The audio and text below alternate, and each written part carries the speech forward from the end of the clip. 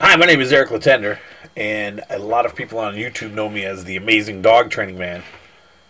A lot of people don't know is that I ran a dog daycare business for a lot of years.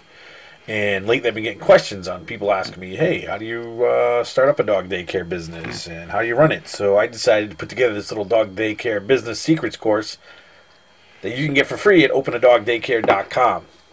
So, what I decided in this video is to share some dog daycare business ideas that I used to run a successful dog daycare business.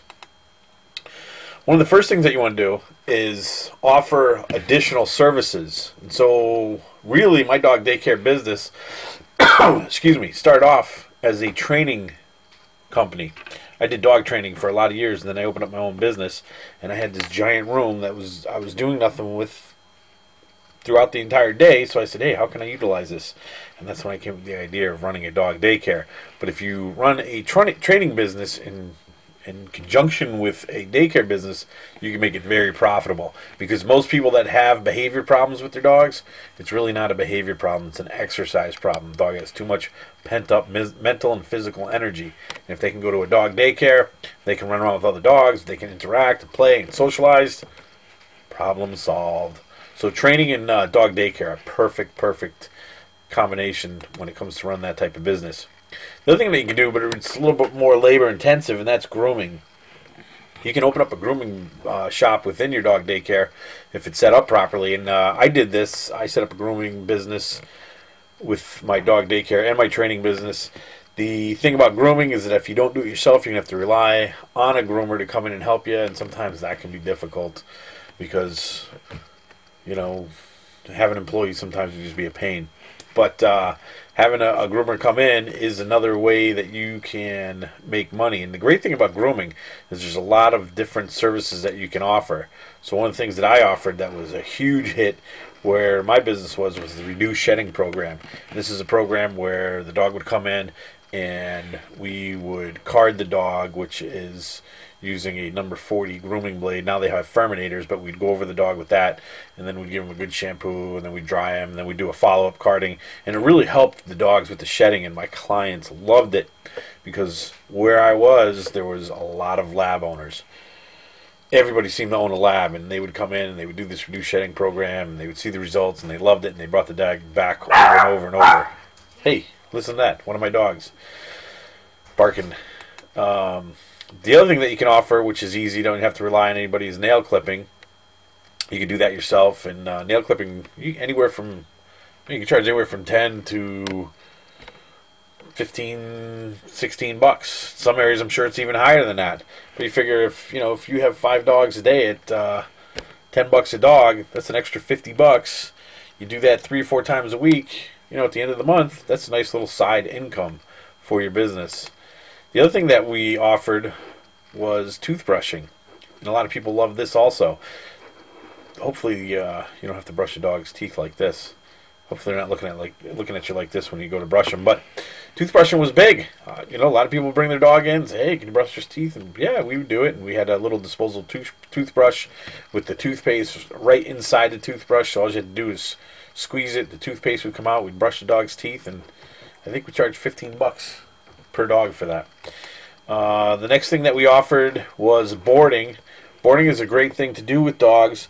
What you have to understand is that if you offer boarding, you have to be set up properly, and you also have to make sure you have all the right certifications with the town and all that kind of good stuff.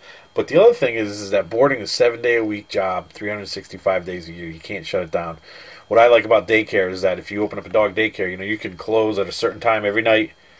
You can have weekends off or 1 day a weekend off, but you're not responsible for that dog overnight, and that takes a big toll on you. I ran a boarding kennel for years, and it was very difficult for me to take a vacation because I was constantly thinking about the kennel, constantly worrying about, the dogs that were there under my care. So boarding is very profitable, but it's also very labor intensive, and you really have to rely on employees if you ever want to take a vacation. But, as I said, you can make a lot of money boarding dogs. The other thing that's become popular is webcams. Put up a webcam in your dog daycare, and this way when somebody is at work, they could actually log in and see what their dogs are doing. If they see that the dog is snuggling with another little dog like this, they will go crazy. They'll think, oh my God, my dog is so well taken care of, and they'll be very happy and all that kind of good stuff. So these are my two dogs. This is my pit bull Izzy, and this is my little Maltipoo Martini.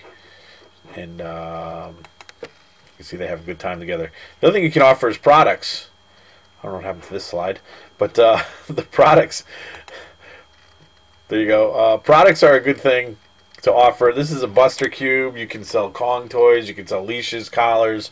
There's all kinds of good products that you can sell. The thing you have to understand about products is that if you have an inventory, you have to make sure that you're keeping track of it. You got to pay the taxes on it. You got to keep track of that.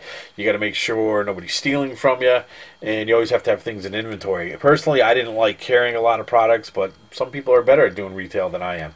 So those are some business ideas if you decide to start your own dog daycare.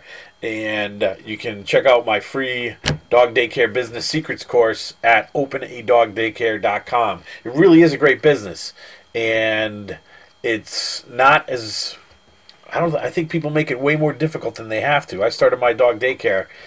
I found a location, I got some insurance, and I opened my doors. And I talk to these people nowadays who are starting dog daycares, and they make it so much more complicated than it has to be. I mean, there are some things, definitely some things you need to be aware of, and some things that you need to do. But I knew a guy that wanted to start a dog daycare 5-6 years ago. He's still working on it. Still looking for the perfect location. Still putting together the perfect business plan. And I'm not saying that planning is a bad thing, but man, just pull the trigger. Go out and do something.